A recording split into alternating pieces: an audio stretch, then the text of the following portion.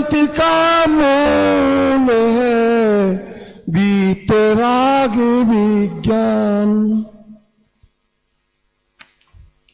श्री वीतराग विज्ञान आध्यात्मिक शिक्षण एवं प्रशिक्षण शिविर।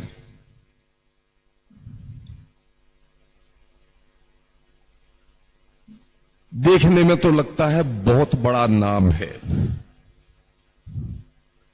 पर सिर्फ नाम ही बड़ा नहीं है, काम भी बहुत बड़ा है।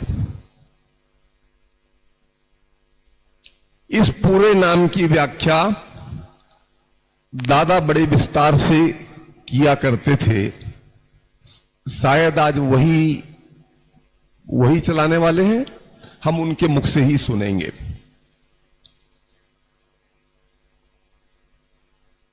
शिविरों के माध्यम से देश और विदेश में अध्यात्म क्रांति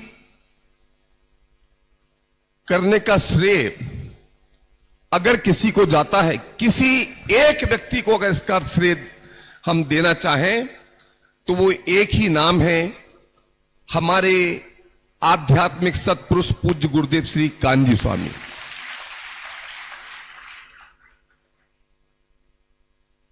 देश के एक कोने में बैठकर वर्ष में सिर्फ एक बार श्रावण मास में एक शिविर का आयोजन होता था, और उन शिविरों का परिणाम है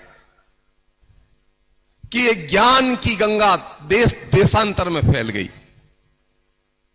हालांकि जिन शिविरों की शुरुआत पूज्य गुरुदेव श्री ने की थी और हम जो शिविर आज करते हैं, उनके स्वरूप में बड़ा अंतर है।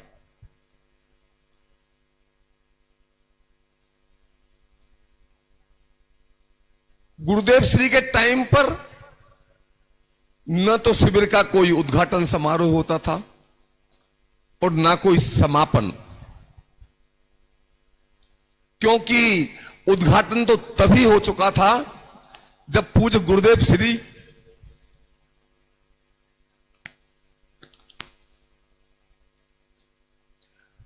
परिवर्तन करके इस मार्ग में आए थे, और उसके बाद इस क्रांति का समापन तो आज तक हुआ ही नहीं।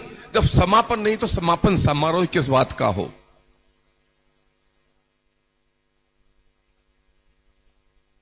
पूज्य गुरुदेव श्री ने हमें दादा कहा करते थे कि माल भी दिया और मार्केट भी दिया, मार्केटिंग की कला भी सिखाई, और उस कला को डॉक्टर साहब ने आगे बढ़ाया। कालांतर में हमने शिविरों के अनेक फॉर्मेट विकसित किए। आध्यात्मिक शिक्षण शिविर, प्रशिक्षण शिविर, ग्रुप शिविर, प्रवचनकार प्रशिक्षण शिविर और भी अनेकों प्रकार के शिविर आज हम आयोजित करते हैं। ये प्रशिक्षण शिविर, इसकी आवश्यकता क्यों महसूस हुई? जब डॉक्टर साहब ने बच्चों की शिक्षा के लिए एक पाठ्यक्रम बनाया और उस पाठ्यक्रम को पढ़ाने के लिए पाठशालाओं की स्थापना की, जब पाठशालाओं में बच्चों के एग्जाम लेते और आंसर बुक्स आती, तो उन्होंने महसूस किया कि हम जो चीज सिखाना चाहते हैं, जो बात बताना चाहते हैं, बच्चे वो बात समझ नहीं पा रहे हैं। क्या किया जाए? बच्चों को तो जो समझाया जाएगा वो बेसमझेंगे। समझाया कैसे जाए? तो समझाने वालों को समझाना पड़ेगा। जो लोग बच्चों को पाठशाला में पढ़ाते हैं, ऐसे टीचर्स हमें तैयार करने पड़ेंगे। देखिए, धर्म तो एक है, जैन धर्म, वीतराग धर्म, और उस धर्म का प्रचार, उस धर्म की शिक्षा अलग अलग लोग, अलग अलग संस्थाएं अलग अलग ढंग से करते हैं। परंतु अगर मैं आपसे कहना चाहूं तो गलत नहीं होगा, अतिशयोक्ति नहीं होगी, बात थोड़ी खतरनाक जरूर है सेवंती भाई।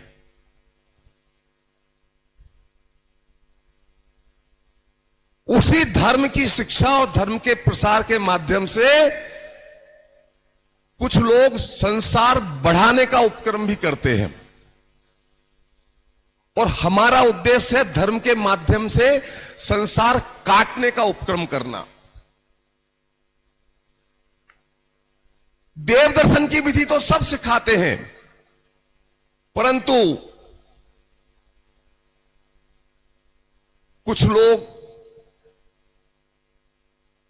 ऐसा प्रलोभन देकर के बच्चों को मंदिर में ले जाना चाहते हैं कि हम देव दर्शन करने जाएंगे तो भगवान प्रसन्न होकर, अथवा हमें जो पुण्य का अर्जन होगा उसे हमें ये सांसारिक सुख सुविधाएं मिलेंगी, इसलिए मंदिर जाना चाहिए। तो वे लोग कहने को तो धर्म कर रहे हैं, परंतु संसार बढ़ाने का उपक्रम कर रहे हैं। और हम देव दर्शन की जो विधि सिखाते हैं उसमें संसार काटने की विधि बताते हैं कि जैसे ये तीर्थंकर परमात्मा भगवान की मूर्ति मंदिर में विराजमान है, इनके स्वरूप का दर्शन तो करो, और जिस मार्ग पर चल करके ये परमात्मा बने हैं उस मार्ग पर चलो तो आप भी परमात्मा बन जाओगे। तो देव दर्शन तो वही है, पर एक व्यक्ति उसी देव दर्शन के माध्यम से संसार को बढ़ाने की बात करता है, और हम उसी देव दर्शन के माध्यम से संसार काटने की बात करते हैं। ये बात बच्चों को स्पष्ट करके कौन और कैसे समझाए, इसके लिए आवश्यकता पड़ी कि टीचर्स को इस काम के लिए ट्रेनिंग दी जानी चाहिए। टीचर्स को ट्रेनिंग देना कोई साधारण काम तो है नहीं। सरकार ये काम बीएड के माध्यम से करती है, और बीएड की ट्रेनिंग सोनू जी कितने साल की होती है? 2 साल की होती है, और कितना 2, 5, 10, 20 लाख रुपए खर्चा होता है।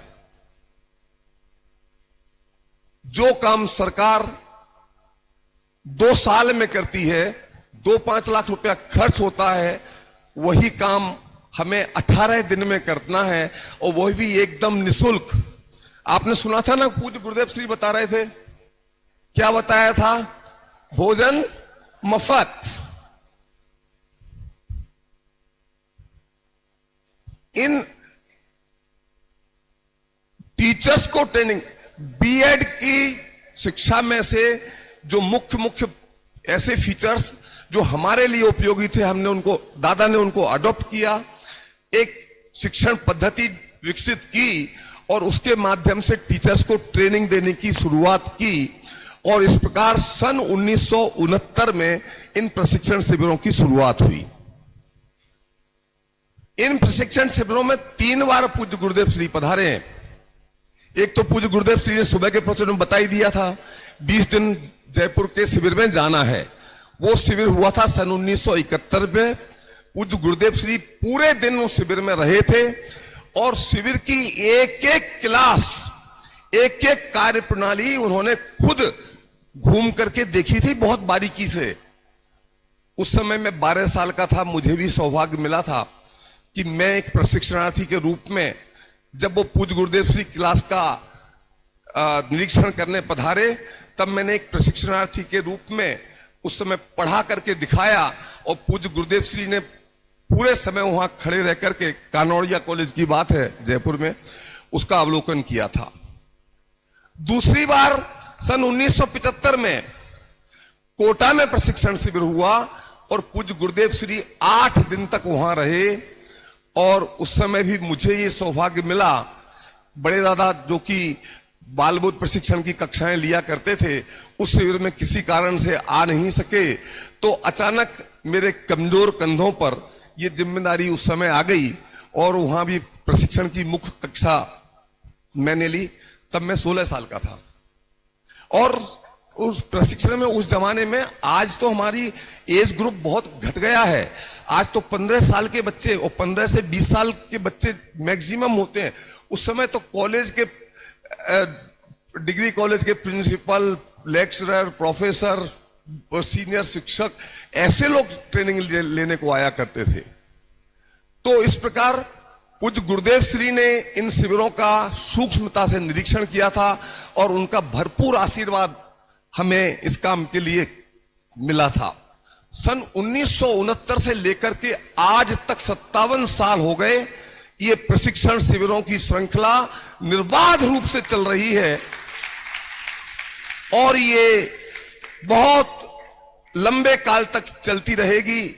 वो पंचम काल के अंत तक की बात बहुत प्रचलित हो गई है और मुझे कुछ नई बात करने की आदत है।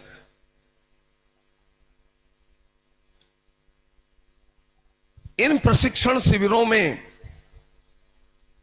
लोग कहते हैं कि अभय कुमार जी एक नई धारा चल पड़ी है। लोग कहते हैं कि जब पहले प्रशिक्षण शिविर लगते थे तब तो उसके बाद पाठशालाएं खुलती थी, परिणाम निकलता था।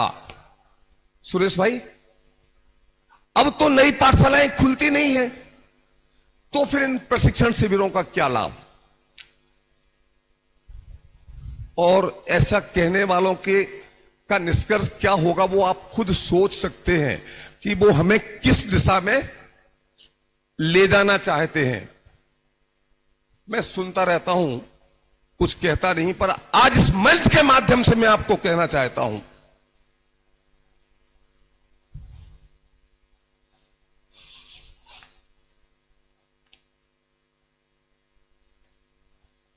इन प्रशिक्षण शिविरों की आवश्यकता आज जितनी अधिक है इतनी पहले कभी नहीं थी। पहले तो प्रशिक्षणार्थी प्रशिक्षण लेकर के जाते थे तो एक गांव में, एक गली में, एक मंदिर में एक पाठशाला खोलते थे। अब आज वो एक एक पाठशाला का जमाना लद गया। आप एक मंदिर में जो किसी भी व्यक्ति के घर से 4 किलोमीटर दूर होगा, एक समय पर पाठशाला चलाएंगे, वो समय उसका टीवी सीरियल देखने का समय होगा, ट्यूशन पर जाने का समय होगा, कुछ और करने का समय होगा। एक स्थान पर एक समय पर सारे विद्यार्थी एकत्र होकर वहां पहुंच जाएं, ये समय अब नहीं रहा। अब अगर हमें अपने बालकों को धर्म का शिक्षण देना है तो बालकों के पास जब समय है, जहां पर वे उपलब्ध हैं, वहां पर उनको घुट्टी पिला दो। और वो स्थान अपने घर से अच्छा दूसरा कोई स्थान नहीं हो सकता। जब बच्चा भोजन करने बैठा हो उस समय घुट्टी पिला दो। 5 मिनट का समय हो उस समय घुट्टी पिला दो। और जब ऐसा करना होगा ना तो गांव का एक पंडित काम नहीं आएगा। गांव में एक पंडित जी हैं पाठशाला लेने वाले, वो काम नहीं आएंगे। हमें घर घर में पाठशाला चलानी होगी तो घर घर में हमें शिक्षक चाहिए होंगे। और इसलिए हमारा गांव में थी, कोई ने तो मोकल्स हूं, वो एक ने मोकल्स हूं में ट्रेनिंग लेवा। अरे एक को भेजने से काम नहीं चलेगा, पूरे गांव को यहां आना पड़ेगा, सबको ट्रेनिंग लेनी पड़ेगी, अपने घर में पाठशाला प्रारंभ करनी पड़ेगी। अगर हमें अपने बच्चे को धर्म के संस्कार देने हैं तो हमें शिक्षक स्वयं बनना पड़ेगा। और इसलिए पहले अगर 100 टीचर्स बनने से काम चलता था तो आज हमें 10,000 टीचर बनाने पड़ेंगे। और इसलिए मैं ये कहता हूं कि इन प्रशिक्षण शिविरों की प्रासंगिकता और आवश्यकता जैसी आज है वैसी पहले कभी नहीं थी। अरे आपका बच्चा पाठशाला में जाता है? नहीं। क्यों? क्योंकि हमारे यहां पाठशाला चलती नहीं है। अरे भैया चलती नहीं तो चला लो ना। चलाएं कैसे? कोई पढ़ाने वाला नहीं है। क्या बात करते हो? एक छोटे से कारण के लिए आप अपने बच्चे को धर्म के शिक्षा और संस्कार से वंचित कर दोगे। अरे नहीं चलती पाठशाला तो चलाओ, अगर नहीं है शिक्षक तो शिक्षक पैदा करो। कौन करेगा? कौन करेगा? हम नहीं करेंगे तो कौन करेगा? अपने बच्चों का ध्यान हम नहीं रखेंगे तो कौन रखेगा? इसलिए आप अपने इन कोमलमती बालकों को यहां लाइए। 18 दिन वे यहां रहेंगे, हम उनको धर्म का शिक्षक बना करके भेजेंगे। वे आपके बच्चे बनकर यहां आएंगे और आपके गुरु बनकर के यहां से आपके घर जाएंगे।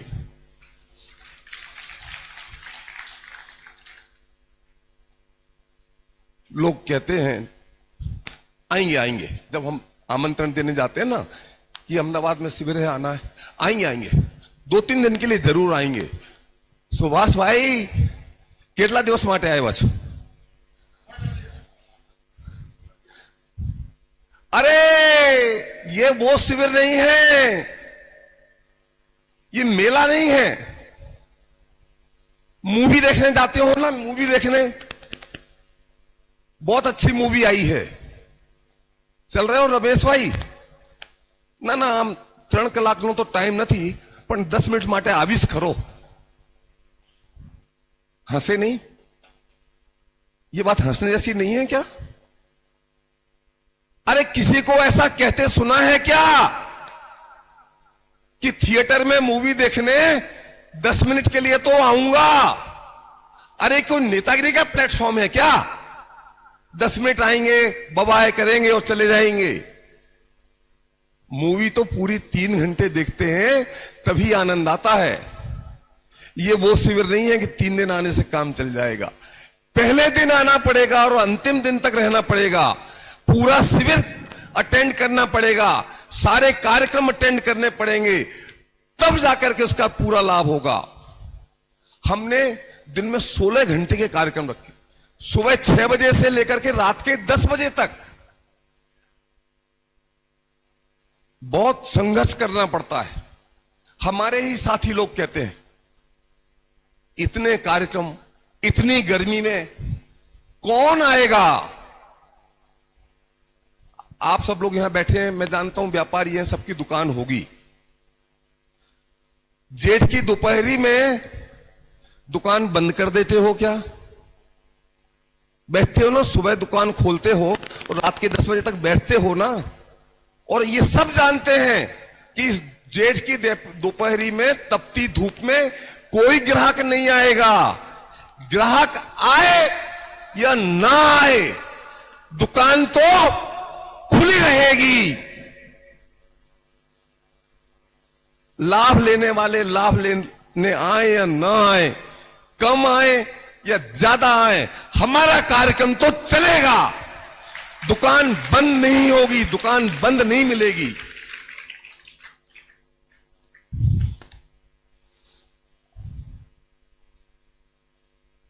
हम लगातार विकास कर रहे हैं। अभी आप बच्चों की पाठशाला देखेंगे, पाठशाला की शैली बदल दी है। हमारे वो है ना अखिल, कहां है अखिल? अखिल कहां है? हाँ इधर आओ। इनको काम सौंपा इस दफा कि पाठशालाएं नए ढंग से आयोजित करो। इन्होंने नया पैटर्न विकसित किया है, कई विद्वानों को इंगेज किया है। आप पाठशाला में अपने बच्चे को लेकर के तो आओ। दोपहर में 18 दिन तक समय सार के ऊपर सेमिनार चलेंगे एवरी डे। हर दिन समय सार पर विषय दिए गए हैं अलग अलग। हर दिन 5-5 विद्वानों का लाभ मिलेगा और 18 दिन में पूरा समय सार आपको सुनने को मिलेगा, अलग अलग विद्वानों के मुख से, अलग अलग लोगों की शैली में। इसके 2 उद्देश्य हैं। एक तो आपको विद्वानों का परिचय मिले ताकि आप वर्ष भर फिर उन विद्वानों को अपने यहां बुलाकर उनका लाभ ले सको, और विद्वानों की अलग अलग विद्वानों की शैली से आप लाभान्वित हो। इस पूरे प्रशिक्षण शिविर में अलग अलग रूप में 110 विद्वानों का सहयोग मिलने जा रहा है। 110 विद्वान। प्रशिक्षण की पद्धति, उसमें भी निरंतर विकास। आज वर्ल्ड में, विश्व भर में शिक्षा की टेक्निक बहुत बढ़ गई है, बहुत तरक्की की है। हमने उस आधुनिक तकनीक को अपनाया है। ये अध्यात्म प्रकाश जी है ना, ये अपना काम धंधा छोड़कर साल भर इसी काम में लगे रहते हैं। कौन सी नई तकनीक? गुरुदेव कहते थे वाणिया ने नवरास मरती न थी। और हमारी भी वही समस्या है कि बच्चों को समय मिलता नहीं है। 2, 5, 10 मिनट के लिए हमारे हाथ में आए तो कब उनको धर्म पढ़ा दें, सिर्फ रटा ना दें, उनको समझा दें और ऐसा समझा दें कि वो जिंदगी में कभी ना भूलें, धर्म उनका संस्कार बन जाए। ऐसी आधुनिक तकनीक हम अपने शिक्षकों को सिखाते हैं, जिस तकनीक से वे आपके बच्चे सिर्फ इसमें धर्म ही नहीं सीखेंगे, उनके व्यक्तित्व का ऐसा विकास होगा कि वे लौकिक शिक्षा के क्षेत्र में भी बहुत आगे बढ़ेंगे। जब स्कूल और कॉलेज जाएंगे तो मास्टर जी उन्हें पढ़ाएंगे तो उस बच्चे को समझ में आ जाएगा कि मास्टर जी कौन सी टेक्निक का इस्तेमाल कर रहे हैं। इस प्रकार मैं क्या कहूं, जो काम हम 57 साल से करते आ रहे हैं और जो 20 दिन तक करना है, दिन में 16-16 घंटे, वो 16 मिनट में मैं आपको कैसे बता दूं। आपको खुद ही जिन खोजा तिन पाइया, गहरे पानी पैठ। आप खुद आइए, इस ज्ञान गंगा में डुबकी लगाइए, इस शिविर का लाभ लीजिए और खुद ही समझ जाइए कि ये प्रशिक्षण शिविर क्या होते हैं। और इस शिविर में हम आपको एक बहुत बढ़िया खुशखबरी देने वाले हैं। अगला शिविर भी, अगले साल का शिविर भी तय हो गया है, उसकी घोषणा हम 25 तारीख को आपको करेंगे। बहुत बहुत धन्यवाद, आपका बहुत समय लिया, सॉरी।